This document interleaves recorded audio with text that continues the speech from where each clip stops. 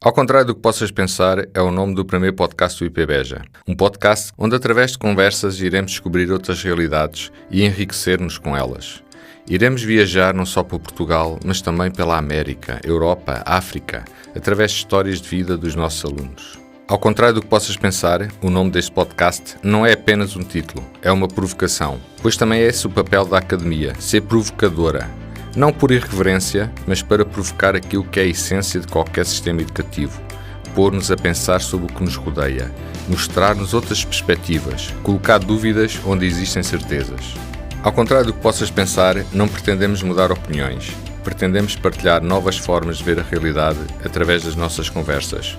Queremos conversar sobre tudo, sem tabus, mas de uma forma saudável, racional, como deve ser toda e qualquer conversa. Este é um episódio extra do podcast Ao Contrário do que Possas Pensar. O meu nome é Luís Luz e neste episódio extra vamos até à Antártida levados pela Tânia e pelo Luís. A Tânia e o Luís estiveram na base chinesa na Antártida a desenvolver um projeto de hidroponia no qual são usadas águas residuais. Começámos por falar nesse projeto e na importância que o mesmo tem, quer para as bases científicas existentes na Antártida, quer em zonas onde os recursos hídricos são escassos, quer até no espaço. Falámos depois de como é viver na Antártida no verão, de fusos horários, de alterações climáticas e até de como o coronavírus levou as investigadoras presentes na base chinesa a irem trabalhar para a cozinha durante uns dias, mostrando que para o machismo, tal como para o coronavírus, não há fronteiras. Na descrição do episódio estão vários links que complementam a conversa. Também podem encontrar um link para a página do Facebook deste podcast, algo que estava a falhar há muito tempo e que finalmente foi criada. Nessa mesma página podem também encontrar fotos da viagem de Tânia e do Luís.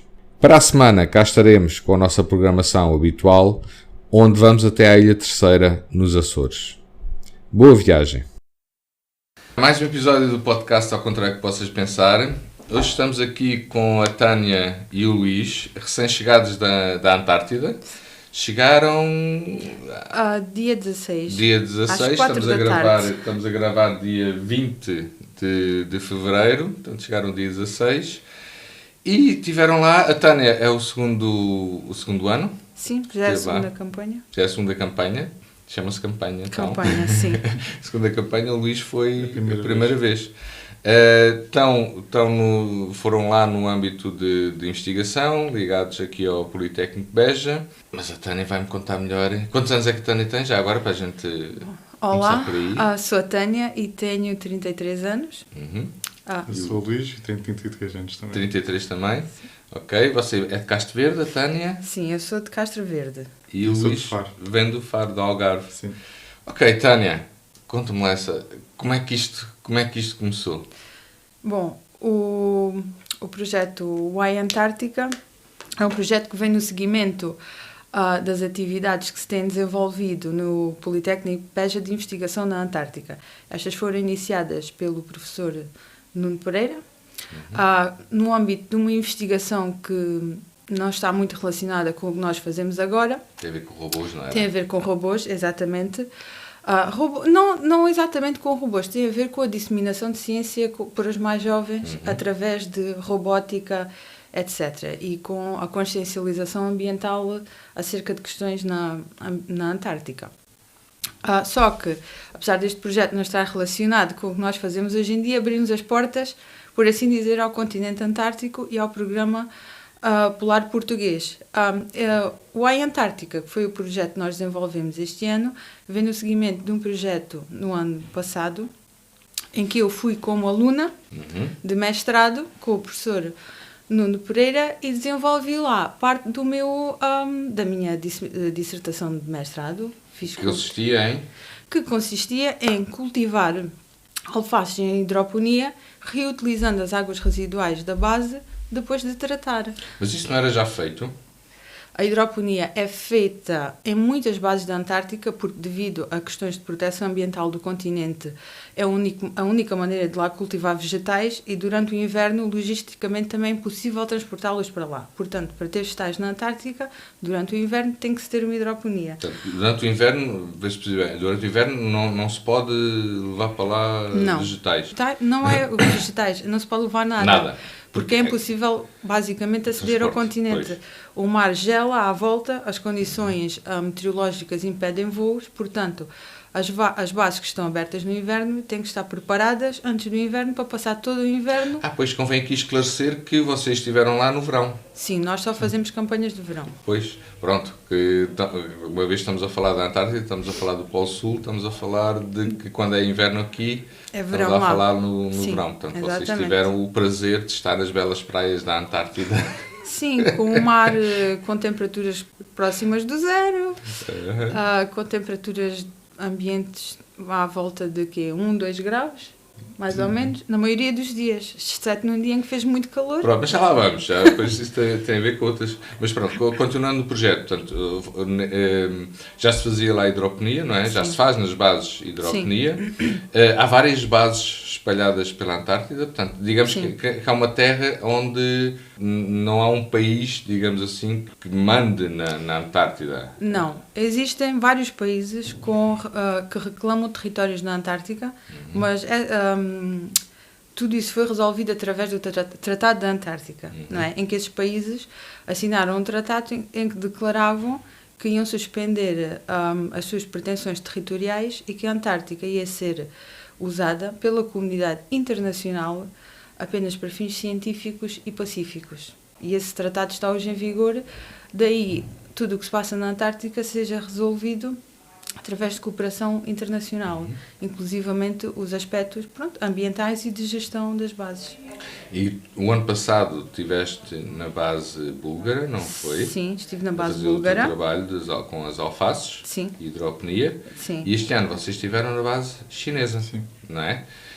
E o projeto deste ano foi, de certa forma, uma continuação do projeto do ano passado? Exatamente. Das alfaces? Sim. Então contem melhor essa história das alfaces. Portanto, a hidroponia já é feita, porque realmente as pessoas também que lá estão, as bases, se não me engano, funcionam o ano inteiro. Algumas, depende. Há bases de verão e há bases de inverno. Não é? Então, as bases de verão normalmente encerram em março e abrem em novembro.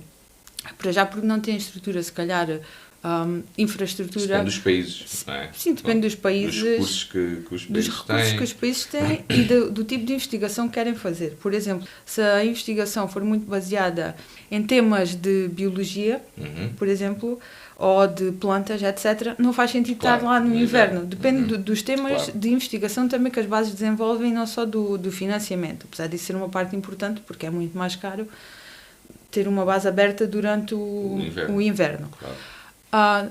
Sim, as bases de inverno são abertas todo o ano, apesar de, talvez a partir de março, tenham que estar preparadas para que não vão ter mais transporte de recursos do exterior. Tem que se gerir, durante os meses de inverno, tem que gerir bem tem que gerir bem os recursos. E o staff diminui muito. Por exemplo, uma base de 50 pessoas, no verão passa a ter 10 no inverno. Isso é como quase estar numa estação espacial. Sim, essencialmente sim. sem contacto não, mas pronto, sem contacto direto com outras pessoas, gerir os recursos que têm, tudo isso. Não é? Sim. Gostava de ter essa experiência já agora. Gostava de ter essa experiência. Sim, de inverno. Eu gostava. Sério? Eu gostava de ter a experiência de inverno, apesar de ser muito difícil por motivos pessoais estar lá o inverno inteiro, porque no mínimo são 5 meses. Pois. Mas adorava. Sério? Uma experiência psicológica fantástica. Pois, exatamente. É preciso... Sim. Se tivesse lá a internet, se calhar sim. Mas deve ser complicado. Aliás, há estudos, já me falaste aqui, que há estudos de psicologia, de pessoas de psicologia que vão para lá também analisar também essas questões. Sim. Não é? Mas pronto, não quero ir. Ok. Vamos primeiro perceber então, portanto, foste lá o ano passado, estiveste lá a fazer umas alfaces, a hidroponia aproveitando águas residuais. Isso é novo. Aí está, a inovação do projeto não é tanto a hidroponia, claro. é por exemplo, o recurso que nós utilizamos para cultivar as alfaces, que é, em vez de utilizarmos soluções nutritivas feitas especialmente para o cultivo de alface, o que aumenta a importação de produtos químicos para o continente, que deve ser minimizada, o que nós fazemos é reutilizamos as águas residuais das bases, que têm por si só nutrientes, como azoto e fósforo, que são talvez os principais, e ao mesmo tempo que as alfaces crescem com esses nutrientes, as águas estão a ser limpas de nutrientes para quando sejam descarregadas não contaminarem o ambiente facilita e as águas. Não só dá nutrientes às plantas, como depois também facilita o tratamento posterior da... Facilita o tratamento posterior ou diminui o impacto ambiental das bases, porque para já eles estão a captar menos água, porque estão a reutilizar a água das bases, a água residual para a hidroponia, e depois, quando essa água é descarregada, em termos de qualidade, vai ser melhor do que uma água que não teve um tratamento deste género. E como é que foi os resultados do ano passado? Os resultados do ano passado, as alfaces tiveram um crescimento bastante bom. Normalmente é um pouco, sempre mais pequeno em relação, acho, com a solução nutritiva comercial. No entanto, cresceram bem, não revelaram ter nenhuma doença, nem nada do género. Mas não foram comidas? Não, na Antártica não. Porque têm que ser feitos testes também microbiológicos em termos de segurança alimentar aos produtos que se consomem. Especialmente na Antártica, que é um sítio onde, se algo correr mal, corre mesmo mal. Pois. Em Portugal fizemos isso. Em Portugal, quando testámos cá o sistema com as águas residuais, porque obviamente tudo tem que ser testado em Portugal antes de ir para a Antártica, então no ano passado cultivámos alfaces com as águas residuais e estas foram provadas por pessoas. Foi realizada uma prova sensorial no laboratório aqui da Agrária e até os resultados demonstram que em termos de sabor, não é, e de aceitação dos clientes, estas alfaces têm uma aceitação igual a alfaces comerciais. Portanto, nesse aspecto, podemos dizer que os resultados são bons. Em termos de produtividade, é que é um pouco mais pequena do que, mas no sistema. As vantagens que tem também anulam, de certa forma, essa falta exatamente, de produtividade. essa falta de produtividade. Se formos ver todo o fluxo de produção, é mais positivo do que hidroponia normal, sim, não é? Claro. Natural. Sim. Uma pergunta que me veio agora. Então, se foi feita a experiência aqui e realmente as análises foram feitas e tudo isso foi feito, quer dizer que as águas residuais aqui são diferentes das águas residuais lá na Antártida? Ou seja, o que é que eu quero dizer com isto? Se aqui ficou provado que as alfaces eram boas, que podiam ser comidas, porque é que depois lá não puderam, ao aplicar exatamente, presumo eu, o mesmo sistema, porque é que não puderam lá... Porque as águas residuais na Antártica têm características muito diferentes de, por exemplo, as do Alentejo. Para já, as águas da Antártica, a água, por exemplo, natural para consumo, sequer antes de entrar nas bases, é uma água quase como água destilada. Não tem sais, não tem nada dissolvido, é bastante pura. Daí a água de saída, a água residual já contaminada, vai ter também características diferentes de cá. E tem que ser testado no local, para já o pré-tratamento químico que nós fazemos, que depende também das características químicas inerentes da água residual. Os protocolos vão sendo diferentes consoante as características da água residual. Exatamente, tem que ser ajustado. Aí está. A questão de testar na Antártica é uma questão de ajuste do que fazemos cá às características da água lá. E outro problema é que existe muita pouca informação em relação às características das águas residuais das bases na Antártica. Portanto, ou nós vamos lá e testamos a qualidade das águas e tomamos conhecimento nós próprios de como é que elas se podem caracterizar as águas brutas das bases e depois fazemos o tratamento, ou então não existe informação para podermos comparar. Ok.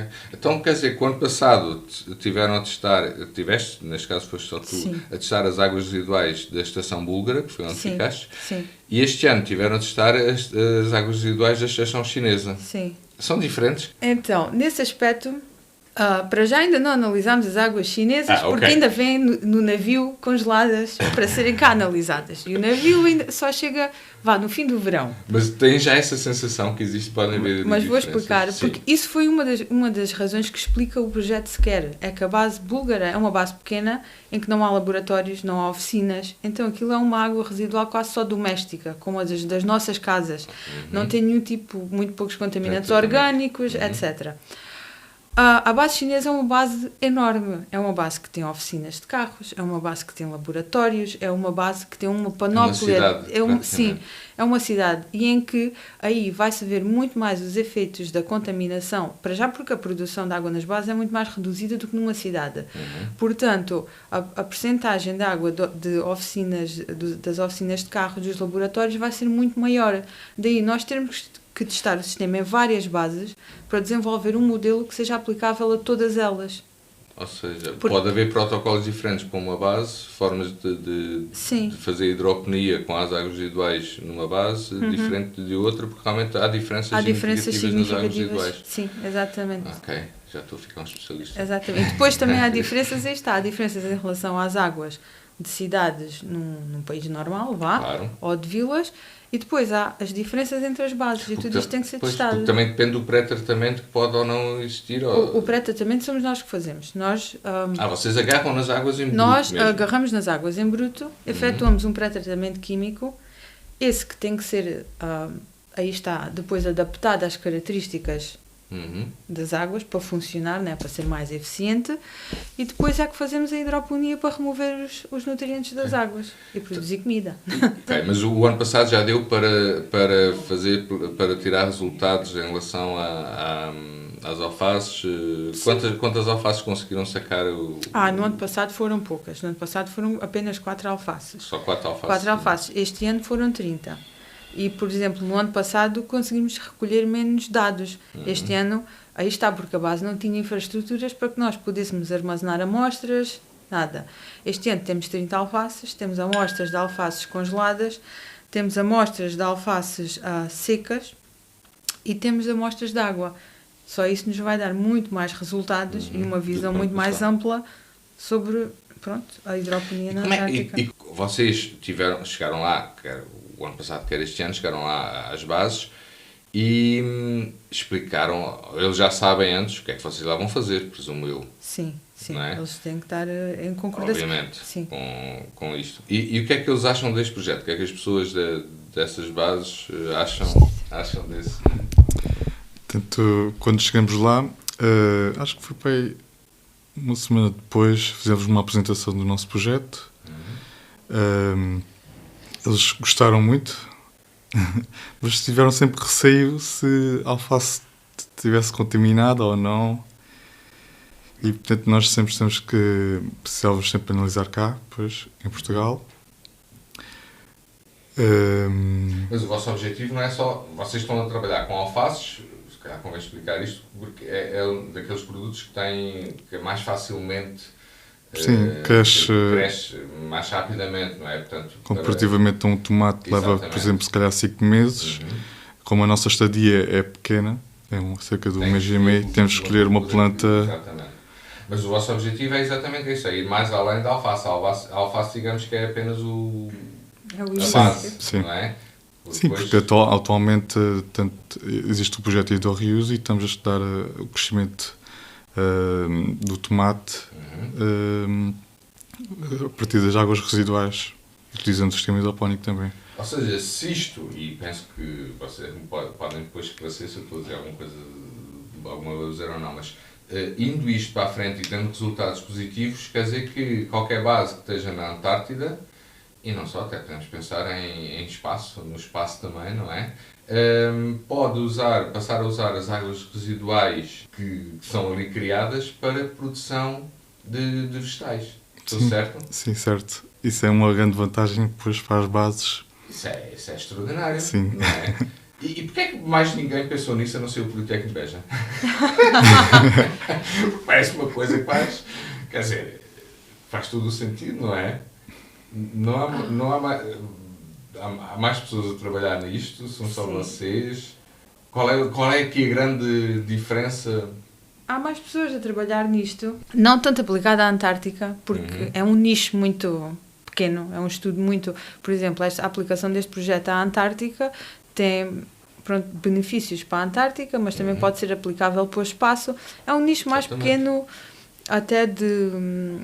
desenvolve... Não é um nicho mais pequeno, mas é mais, um âmbito mais especializado. Sim, exatamente, estou a perceber, sim.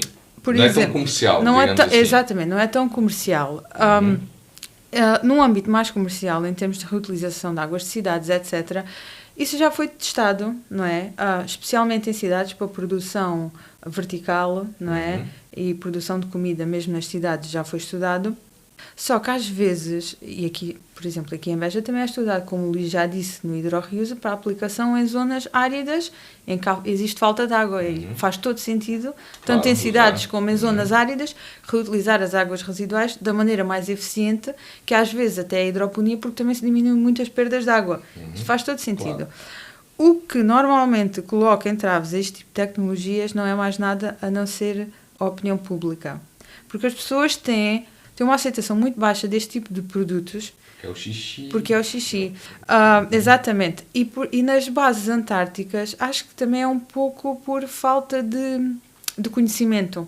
Porque as pessoas que estão lá a desenvolver os projetos ou a implementar as hidroponias, não é?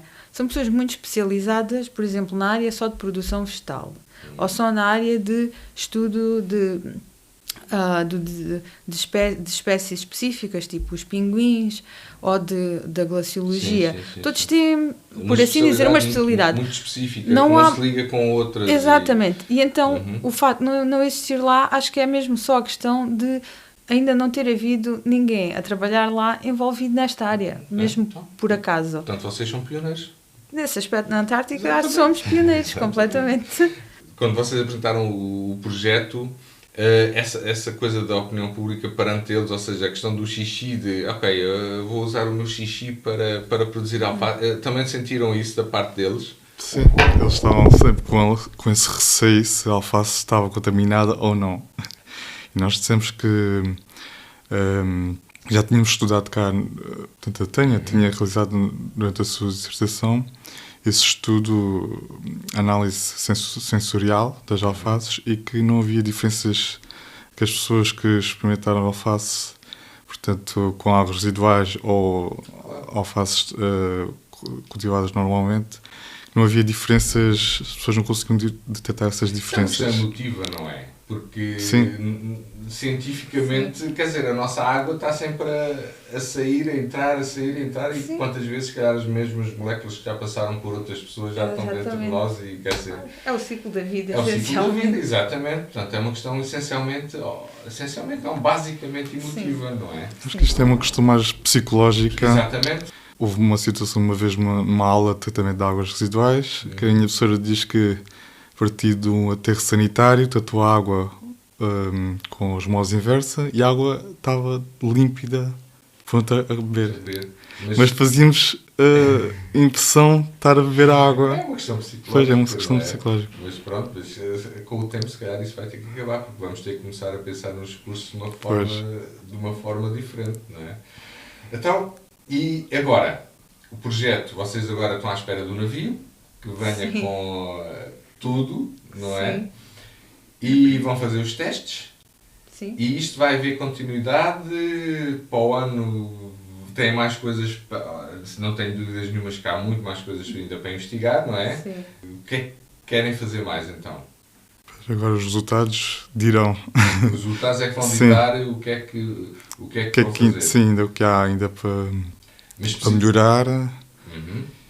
Mas querem continuar E claro, a ver... queremos sempre continuar sempre... Com as alfaces ou tentar testar já outros coisas novas também. Porque houve essa aceitação da parte das pessoas a quem vocês apresentaram lá sim, na sim. Antártica. Eles estão bastante interessados nisso, não é? E agora te pergunto, como é que é viver na Antártida? Na época estava a falar aqui com a Tânia, antes de começarmos a gravar, uma coisa que saiu recentemente, até nas notícias, a questão de alterações climáticas, porque se calhar é lá que se sente até mais essa questão, mas foi batida aqui há tempos a questão do recorde de temperatura na Antártida, com 20 graus, não é? Ou seja, aquilo está-se a transformar num paraíso. Qualquer dia. Pronto, estou a ser irónico, mas pronto. Sim. Mas 20 graus na Antártida já dá para uma pessoa tomar belos banhos de sol. Não é? E tu falaste-me que realmente foi um dia que tu estavas a passear e realmente notaram que havia ali alguma coisa estranha, não é? Sim, nesse dia fomos passear da base chinesa para a base chilena. E estávamos a andar, eu começo a sentir muito calor, tiro o casaco e começo a andar de manga curta. E acho que eu perguntei aos meus colegas, aliás, que era o Luís e mais 2 portugueses a desenvolver o projeto, vocês não têm calor? Eles, não, porque acho que psicologicamente nós estamos na Antártica e ter muito calor, obrigatoriamente temos de ter frio e psicologicamente, pronto, está calor, mas é normal, temos de ter o casaco vestido, só que eu não consegui, então andei de manga curta nesse dia. E só depois de quase de regressar, ou depois de falarmos com algumas pessoas na base, é que mas isto não foi imediatamente, foi depois, é que nos apercebemos que tinha sido o dia mais quente na Antártica. Sim. De que há registro. De que há registro, e há várias pessoas, cientistas com mais experiência, obviamente, que também foram a passeios connosco na ilha onde estávamos, que era King George, e que nos disseram que nunca tinham visto aquela ilha com tanta pouca neve e gelo, etc. É assim, determinar se aquilo está relacionado com as alterações climáticas, eu não o sei dizer porque não é a minha especialidade. Também pode ter a ver com os ciclos naturais do continente. Não, nesse aspecto não faço ideia, mas realmente não é uma situação muito normal. Aí está, tanta falta de neve, gelo e depois estas temperaturas elevadíssimas. Falaste aí, foram dar um passeio entre estações, Sim. A chinesa e a chilena. Então, as estações andam ali muito próximas umas das outras? Sim, estão a uma distância de 1 km, nada é cercado, né? Claro. E, portanto, existe um caminho, terra, que dá acesso a uma base à outra. E vocês podem assim sair sem mais nem menos? Não. Não, como é que é? Portanto, pedimos autorização. Eles concedem essa autorização, vamos num rádio. Mas porquê? Porquê esses cuidados todos? Porque vocês têm que ser bem contados, é tipo prisão. As temperaturas são elevadas lá, basta 2 minutos já as mãos, aliás, sim, não é? com as mãos fora já começam as mãos a doer. E portanto, se acontecer qualquer coisa, e aliás nessas viagens convém sempre ir 2 pessoas, pelo menos 2 pessoas, porque se acontecer, se ir só uma, depois não há ninguém para socorrer. Portanto, devido a essas condições adversas, é sempre importante saber onde é que eles andam, para onde é que vão, como é que é. Ou seja, não é aquela coisa, é preciso apanhar à fresca que vou dar um passeio.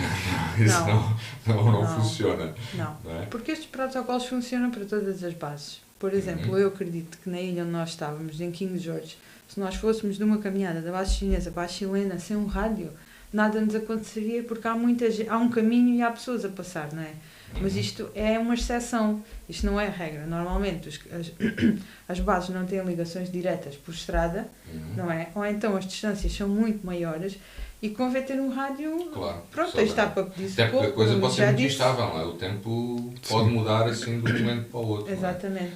Falámos aqui da temperatura mais alta que apanharam. Qual foi a temperatura mais baixa? Tem ideia disso? Sei lá, mais ou menos que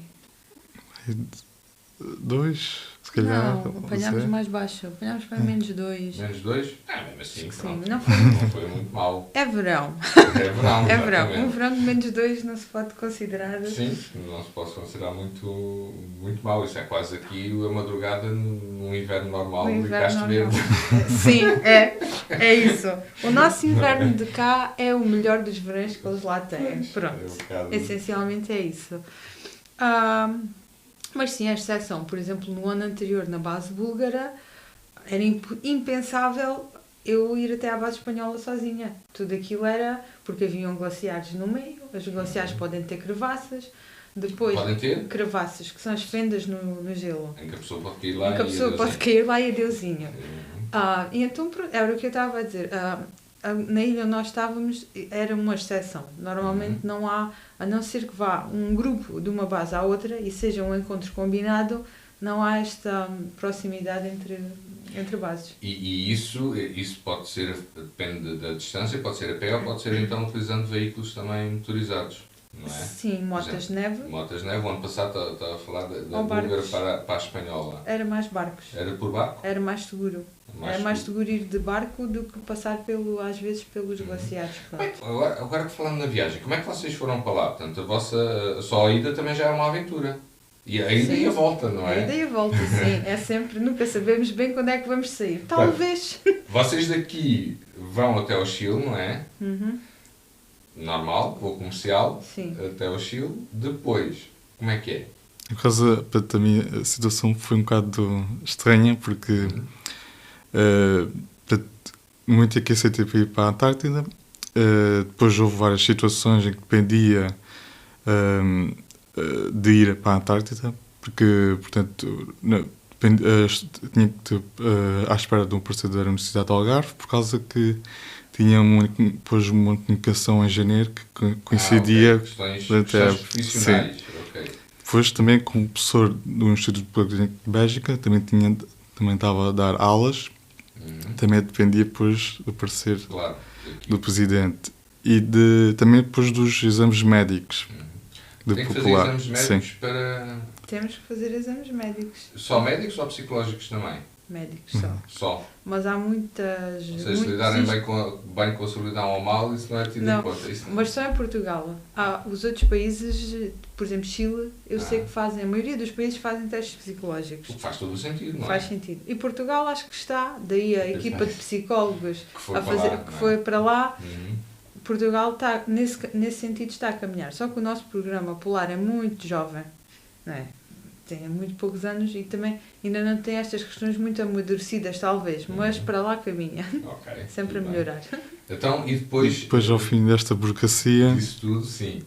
uma semana antes de ir, é que eu soube que íamos mesmo para a Antártida. Ok. Uma semana, então- uma semana para preparar psicologicamente. E então eu nunca tinha criado assim grandes expectativas de ir para a Antártida, porque era tanta condição, bastava uma delas Pois, para não ir. Exatamente. E então acho que só tomei mesmo consciência que ia para a Antártida quando estava no voo Daqui já do Chile para a Antártida. Do Chile para a Antártida. E como é que é esse Quando tempo? viu através das janelas os icebergs e Tudo aquilo já a visão, a Sim, paisagem sim. da Antártida. Mas bem nesse voo, vocês estão muito dependentes do tempo, não é? Ou sim, seja, já não há voos comerciais, são depois voos houve específicos. houve não é? dias que não pudemos ir, acho que foram 2. 2 dias. Uma das vezes porque a pista tinha gelo, no outro dia porque havia nevoeiro, e então o avião não consegue aterrar, porque a pista, na verdade, é terra batida, com umas pedrinhas, não é uma pista asfaltada. Obviamente. E pronto, e o aeroporto, apesar de ser bom, não quero aqui mas dizer... pode-se chamar o aeroporto? Aquilo chama-se um aeroporto, vá. Bom, aquilo não é um aeroporto como nós Claro, chamamos, mas obviamente, pronto, mas- nós chamamos de aeroporto, de Claro. qualquer maneira. Mas sim, não tem nenhuma infraestrutura física, Claro, não temos obviamente. nenhum hangar nem Não nada é como o disso. aeroporto de Beja. Não, nada disso. Mas o engraçado é isso, depois como também, claro, Mas que cá, faltam lá muita gente como o infraestruturas, aeroporto de Beja. muito mais gente. Tem Muito mais gente que o aeroporto de Beja, por amor de Deus. E o que acontece é isso, como a infraestrutura do aeroporto, né, de um aeroporto comercial, aquilo está extremamente dependente das condições meteorológicas, Claro. para poder aterrar e tudo, até porque os ventos são muito fortes. Até o avião onde nós voamos é diferente de aviões normais, tem as asas mais curtas, etc. Porque os ventos Para não ser condicionam tão também, atacado. também muito a aterragem do voo. É sempre uma incógnita. Pois, eu sei que vocês para virem para cá também... aliás, isto é a nossa quarta tentativa de podcast, porque tentámos gravar enquanto vocês lá estavam, não é? Sim. Não deu, depois ainda pedimos um computador lá a um chefe da base chinesa, mas aquilo Sim. quando se punha a gravar, puf, Yeah. aquilo estava bem artilhado. Sim, a internet chinesa Muito tem bem muitas artilhado, limitações. Exatamente, tem muitas limitações e pronto. E vocês depois tiveram uns tempos também à espera para voltar para cá, não foi? Tiveram Um dia. Foi um dia só, Sim. então não foi muito mal. Foi, mas tivemos que sair, 4, 5 da manhã, não foi? Sim. Que horas é Estou que a falar fomos da da base? Antártida para o Chile, não é? Sim, sim, Exatamente, 4, 5 da tivemos que manhã. esperar Foi 4, 5 um da voo de manhã. madrugada porque foi a esta hora que ele pode escolar. E Tudo vocês para o estão Porto. pendentes disso. Sim.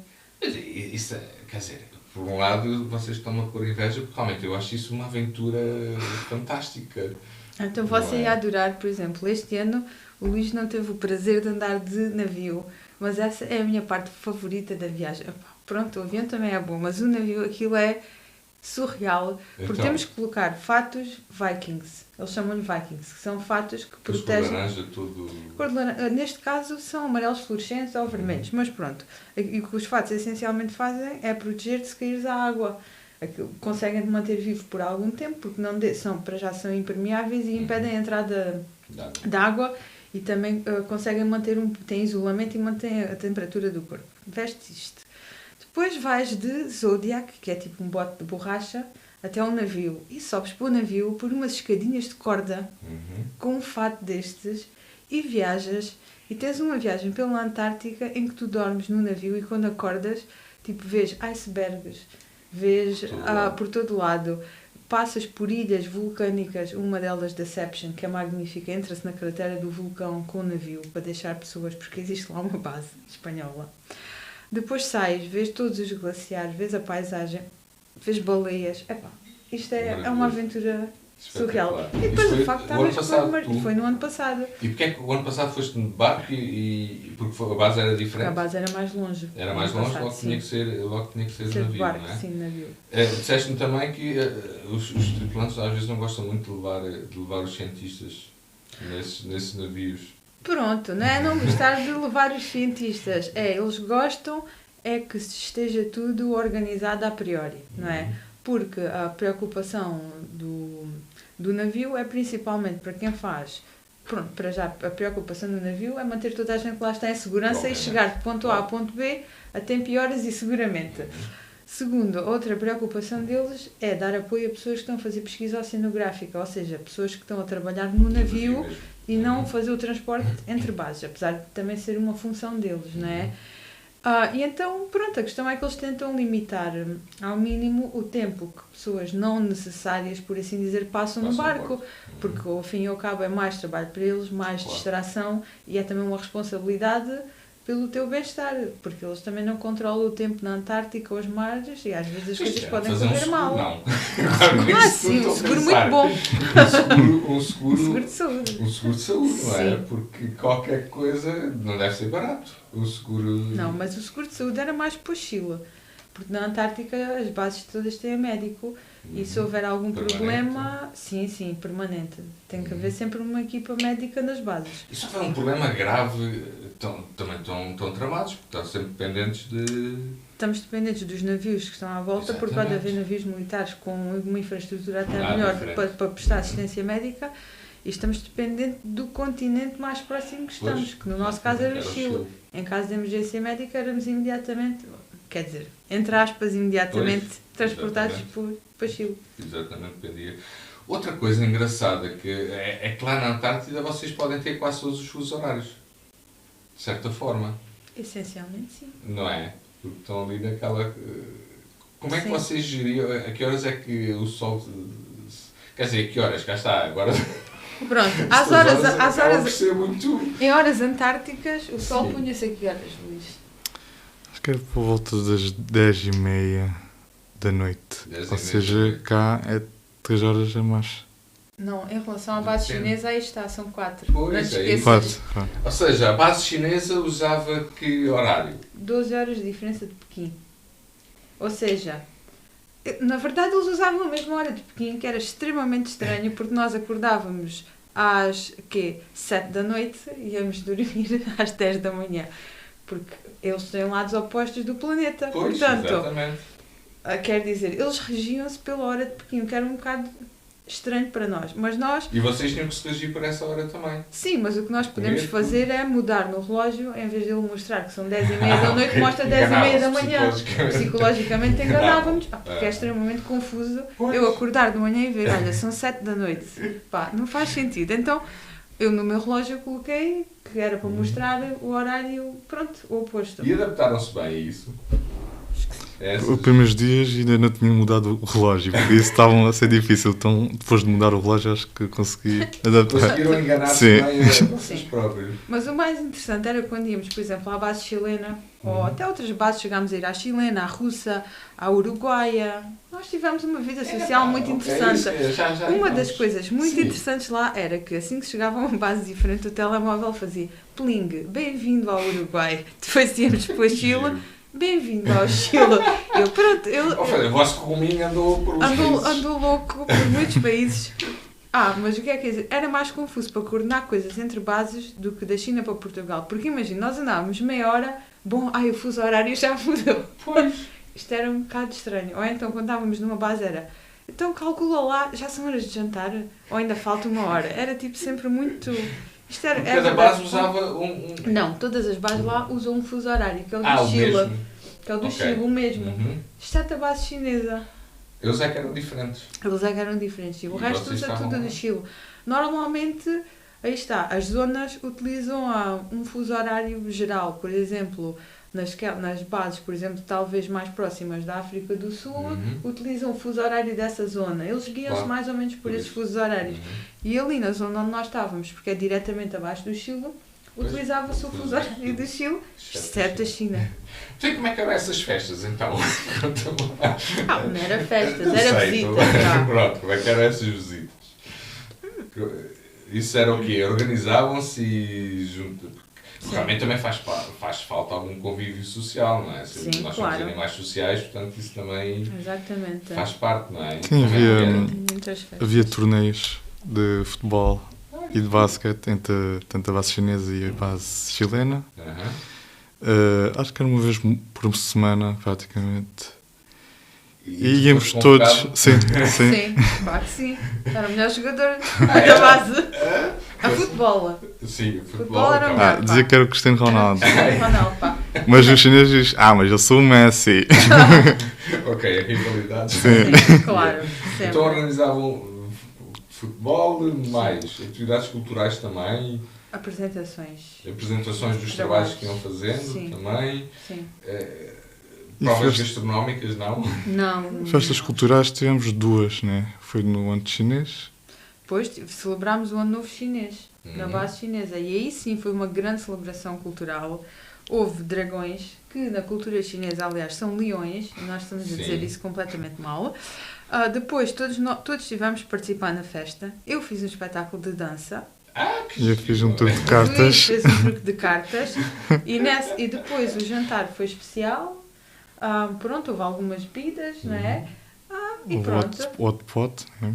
Houve o hot pot, que é também uma Isso. comida tradicional chinesa, em que tens um caldo no meio da mesa, em cima mesmo de uma placa de aquecimento, e cada pessoa à volta da mesa vai colocando comida lá para dentro.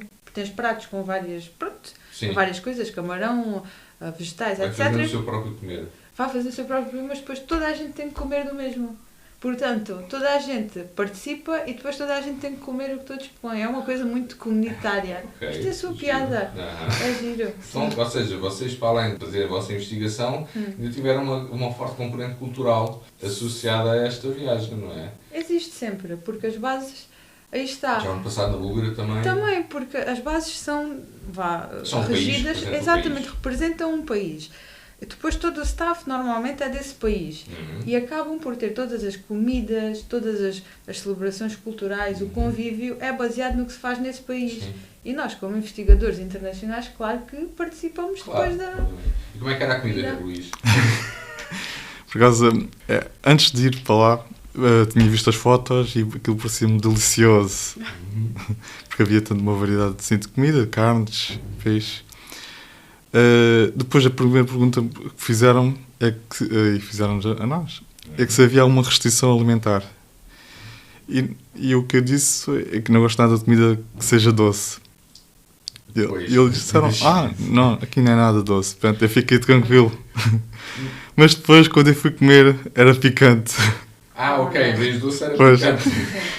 Então, portanto, conseguia comer, mas com alguns copos de água pelo meio. Então quer dizer que vocês, comida chinesa agora nos próximos tempos, Não, acho está fora de... Acho que sim, se bem que vou acrescentar que a comida chinesa que se come em Portugal não tem nada a ver com o que se come na somos China. enganados. Somos enganados. Aquilo é tudo adaptado ao gostinho português, porque na China, comercial. é mais comercial. Eles usam umas especiarias próprias que nós aqui não provamos e para já, como o Luís diz, é tudo picante. Mas eu adoro picante, por isso. A mim não me fez E o pequeno diferença. almoço também? que o pequeno almoço já era Mais... normal, Ok. mas já era almoço de cá, praticamente. Ok. Eram uns nuggets de frango, com espaguete e arroz Era molhado em almoço mais água. continental, Sim. assim. Sim. Não, mas eles não fazem diferença, é interessante. Mas os chineses não fazem, e há muitas culturas asiáticas em que não há diferença, por exemplo, como nós fazemos com o pequeno almoço. O pequeno almoço é outra refeição normal. Para eles. Come-se massa, come-se arroz, come-se tudo o que se come às outras refeições. Pá, é engraçado. E lá eles faziam também isso. É o que eu digo, é uma mímica do país ali num Claro, sítio. tem que ser, não é? Cada base Sim. terá a sua... Ou seja, se vocês fossem para a base espanhola, estavam mais perto, digamos Da assim, nossa da cultura. nossa cultura. Muita não é? paella, muito presunto. Exato. Por acaso, quando convidaram, por exemplo, a Tânia para ir lá para a cozinha, eu por acaso fiquei lá contente. Porque a Tânia sabe Eu disse a cozinhar. ela, põe menos condimentos de pimenta. Pois espera aí, essa história é quando foste para a cozinha, não é? Pois, eu passei, Porquê? ora, Conta-me 7, essa 8, 9, história. 10, 4 dias na cozinha. Na cozinha, porquê? Então, porque este ano foi um pouco excepcional para as bases chinesas na Antártica, porque, como todos nós sabemos, houve um problema com o coronavírus na China. E eles, como medida de proteção, proibiram que, depois de ter havido, depois do início do vírus, mais nenhum investigador ou staff iria viajar para as bases que estavam, para conter, obviamente, a disseminação do vírus. Então, o que aconteceu foi que nós chegámos, a base estava muito animada, muitos investigadores, ao final de alguns dias todos se foram embora, cerca de 20 investigadores, staff, etc., e não foram substituídos. Portanto, a base estava em serviços mínimos, por assim dizer, funcionava, obviamente, e estivemos sempre bem, mas claro que notava-se que estava muito vazia, até porque a base é enorme. Então, o que aconteceu foi que o navio chegou com o carregamento de mantimentos para o inverno e o staff era reduzido. Então, eles pediram aos investigadores para os ajudar no trabalho de base. Portanto, eu e a outra rapariga que lá estávamos, que era chinesa, as duas investigadoras, fomos enviadas para a cozinha para que o cozinheiro e o assistente pudessem ir descarregar contentores. E aqui o Luís e os outros portugueses foram convidados para descarregar contentores, mas de navio. Ou seja, vocês mulheres foram para a cozinha Sim. e os homens foram descarregar contentores. Sim, típico.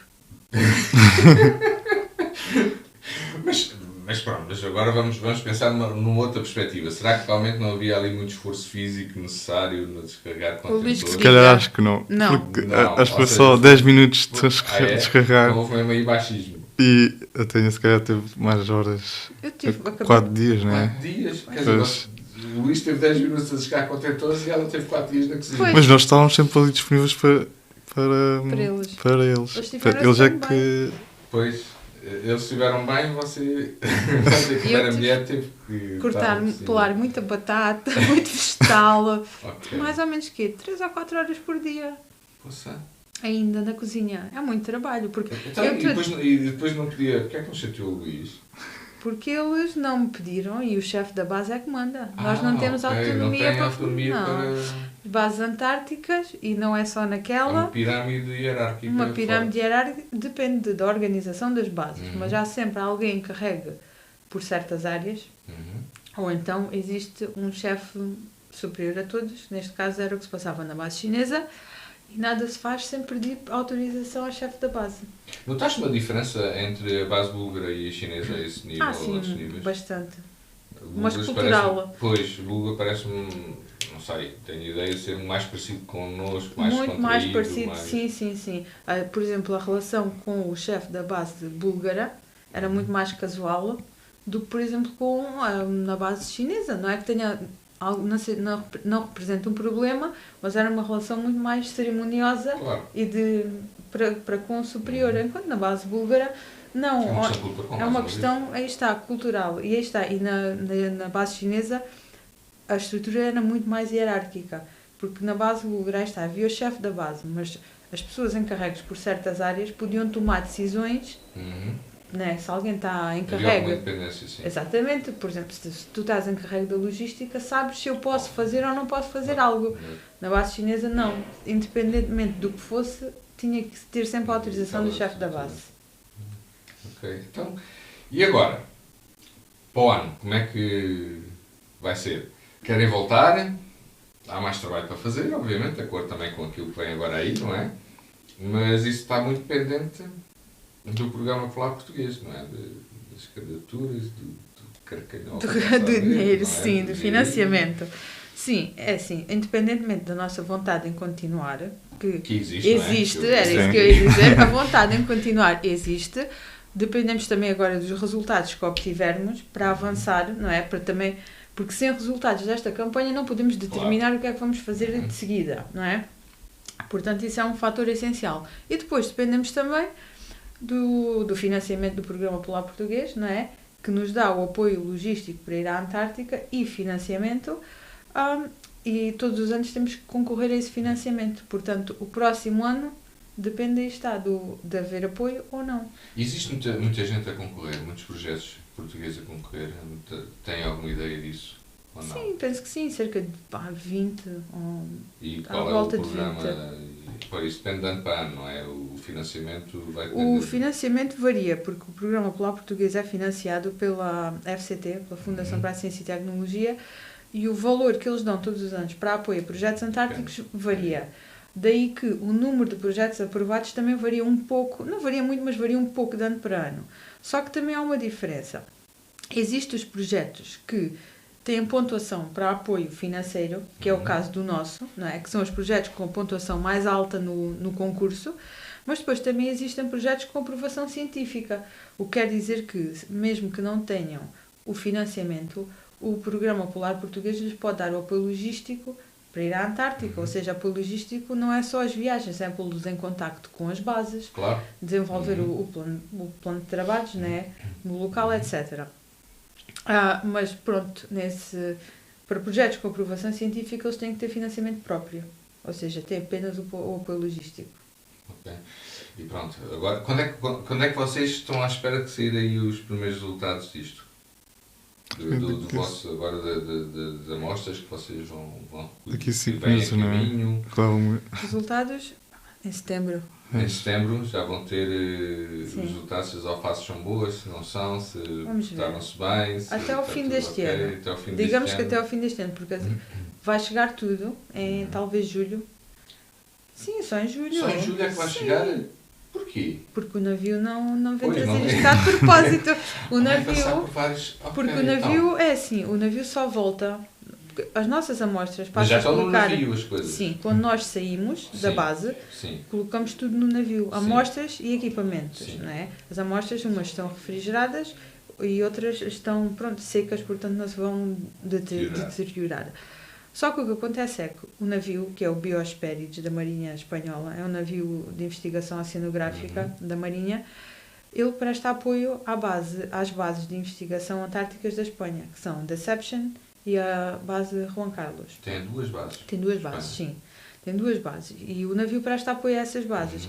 E ele só sobe de lá, ele vai em novembro para abrir as bases, não é?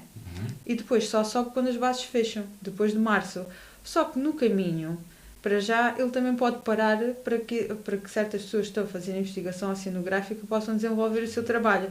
Daí ele demorar de março a julho a chegar cá acima. Ok, então só para aí em junho é que vocês vão ter as amostras, material para trabalhar. Depois vai ter que ser tudo, obviamente, analisado. Portanto, tudo isso não vai demorar depois. Então, mas espera aí, levanta-me aqui outra questão. Quer dizer, se vocês quiserem ir em novembro para lá outra vez, podem ainda não ter... Não há dados. Não há dados, não é? Não. Ou seja, será muito complicado, se calhar, agora próximo ano ir lá. Pelo menos para continuar o trabalho. Sim, em termos de dados vai ser complicado. Vai ser complicado, não é? Vai ser muito apertado. Nós temos o crescimento das plantas. Pronto, mas podem ir lá fazer outras coisas. Sim. Exatamente. Na mesma área da hidroponia, mas com outro material, com outros testes. Sim. Sim, mas em termos de conhecimento deste ano é muito difícil conseguir justificar o projeto para o próximo ano. Podemos querer desenvolver, por exemplo, o projeto por outros âmbitos, fazer outro tipo de análises, mas com os dados deste ano, realmente, de ano para ano, é difícil, se não for impossível. É como o Luís diz, temos alguns dados de crescimento das plantas, mas não temos mais. Sabemos. Agora, então, e uma pergunta estúpida, e não podia isso tudo vir de avião? Podia, mas não há financiamento, Pois, não é? tem tudo a ver com... Tem tudo a ver com o financiamento. Ou seja, logisticamente era possível, mas... Sim, mas não existe financiamento. Sim, mas é possível, porque é possível, por exemplo, as amostras que vêm congeladas, se nós tivéssemos uma box com gelo seco, e se fosse organizado o pagamento do transporte desses materiais no avião, claro que seria possível vir connosco, mas como não há financiamento... Tem que esperar pela temos que forma esperar mais lentinha. Mais lenta, mas segura. Pois, mais segura. Vocês viram, fartaram-se de ver pinguins? Sim. Sim? Sim. Sim. Só pinguins? Vimos alguns pinguins, acho que já... Focas? Focas também. Também. Leões marinhos. Leões marinhos. E elefantes marinhos, Escuas. principalmente. Elefantes marinhos também? Sim. Escuas são aves, não é? São aves, sim. O que é que eles têm de especial? Vocês depois vão mostrar, vão dar isso. montes de fotos que eu vou pôr depois na descrição. Era isso, já me distraí, não estou presente, estava à procura, mas pronto, vimos por isso. Mas vocês vão mandar fotos que eu vou pôr na descrição do projeto. Quase isso foi o que fez confusão. Foi haver poucos animais lá. É. Sim. Nem há árvores. Sim, aves. Sim.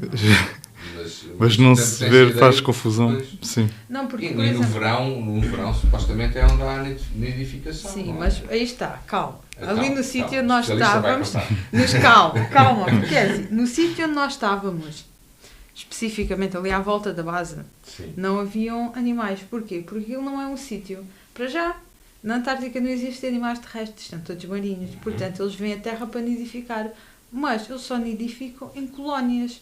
Portanto, sítios específicos onde há depois uma grande concentração desses animais todos.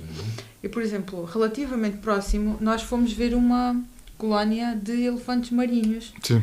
Fomos ver uma colónia de elefantes marinhos, depois víamos alguns leões marinhos espalhados pela costa, mas nada de zonas de nidificação, e vimos também alguns pinguins. A questão de não termos visto muitos animais este ano tem só a ver com o facto de que só conseguimos ir fazer uma visita a uma colónia de elefantes marinhos. Porque para ver muitos animais tem que se ir às colónias, e podíamos ter ido visitar uma colónia de pinguins, mas pronto, por motivos técnicos e de organização da base não foi possível irmos fazer essa visita este ano. Mas eles existem, só que isso é um erro pensar que eles na Antártica estão por todo o lado.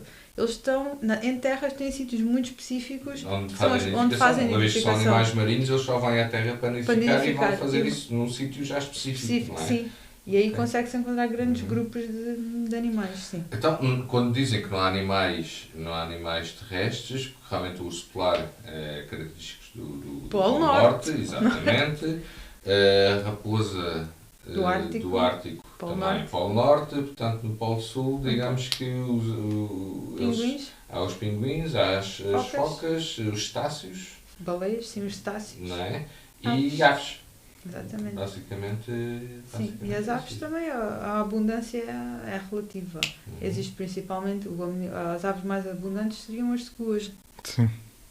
As secuas, que depois também vou pôr isso, vou à procura na net. Eu tenho fotos de secuas, sim. Eu mando. mando fotos de secuas, fotos de pinguins, tudo. De baleias, tenho isso tudo. Mas aí está, a maioria delas são do ano passado. Porque como a base era num sítio mais, como é que eu ia dizer? Mais interior. E estava próximo de uma grande colónia, tanto de pinguins como de elefantes marinhos. E aí então sim era possível nós conseguirmos entrar em contacto com muito mais animais. Este ano foi mais difícil. Víamos um pinguim aqui, outro ali, mas não... Tá bem, então as fotos... são intemporais. Exatamente. Ok, olha, muito obrigado pela vossa disponibilidade. Penso que isto agora vai ficar gravado. Será?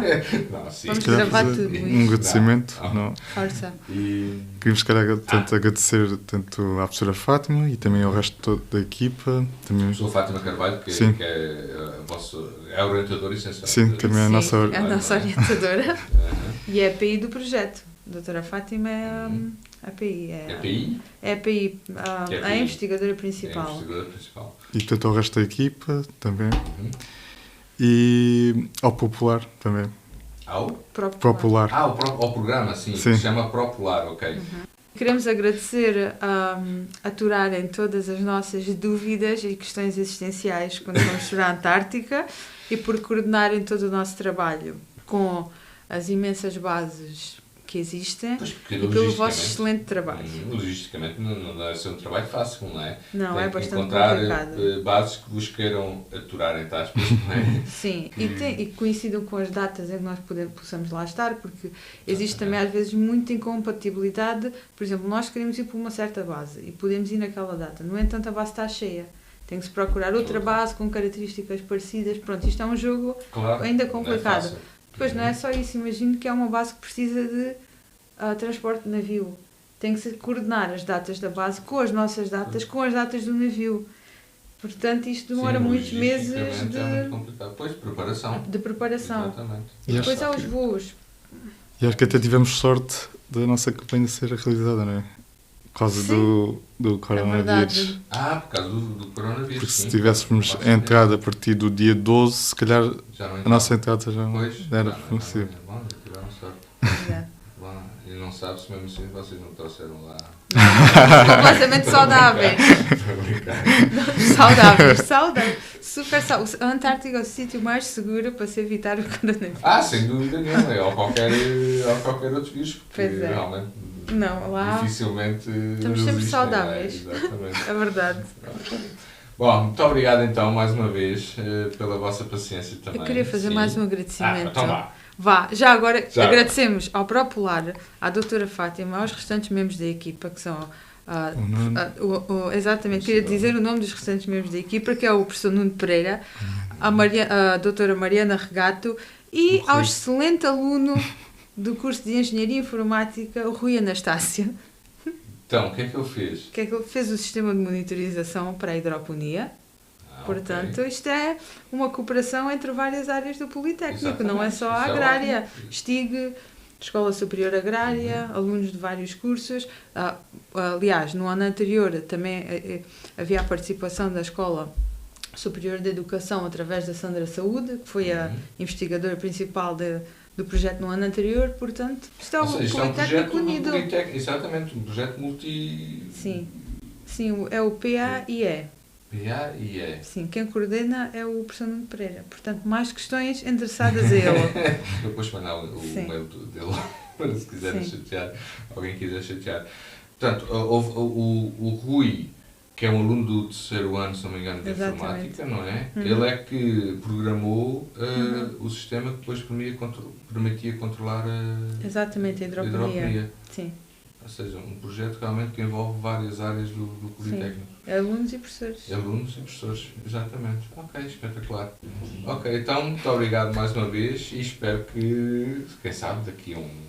Pronto, Sim. vamos lá outra vez. Outra vez. Vamos lá outra Contar mais vez a aventuras. cultivar talvez outra espécie. Para outro, Pronto. esperando que se vão para outra base para terem mais aventuras depois para contar. Sim, também. sim. Verdade. Ok, obrigado então. Ao contrário do que possas pensar, é um podcast quinzenal do Instituto Politécnico Beja, sendo eu, Luís Miguel Luz, o responsável pelo mesmo. Caso queiram dar a vossa opinião ou sugestões sobre o podcast ou sobre os episódios que já ouviram, podem fazê-lo enviando um mail para luisluz@ipbeja.pt. Partilhem e divulguem este podcast pelos vossos contactos e pelas vossas redes sociais. Ajudem a mostrar a riqueza da nossa multiculturalidade através das histórias de vida dos nossos alunos. Termino com um desafio aos atuais e antigos alunos do Instituto Politécnico Beja que me estejam a ouvir. Caso queiram participar neste projeto, contactem-me, luisluz@ipbeja.pt, e venham também partilhar aqui as vossas experiências de vida. Fico à espera desses contactos. Até breve.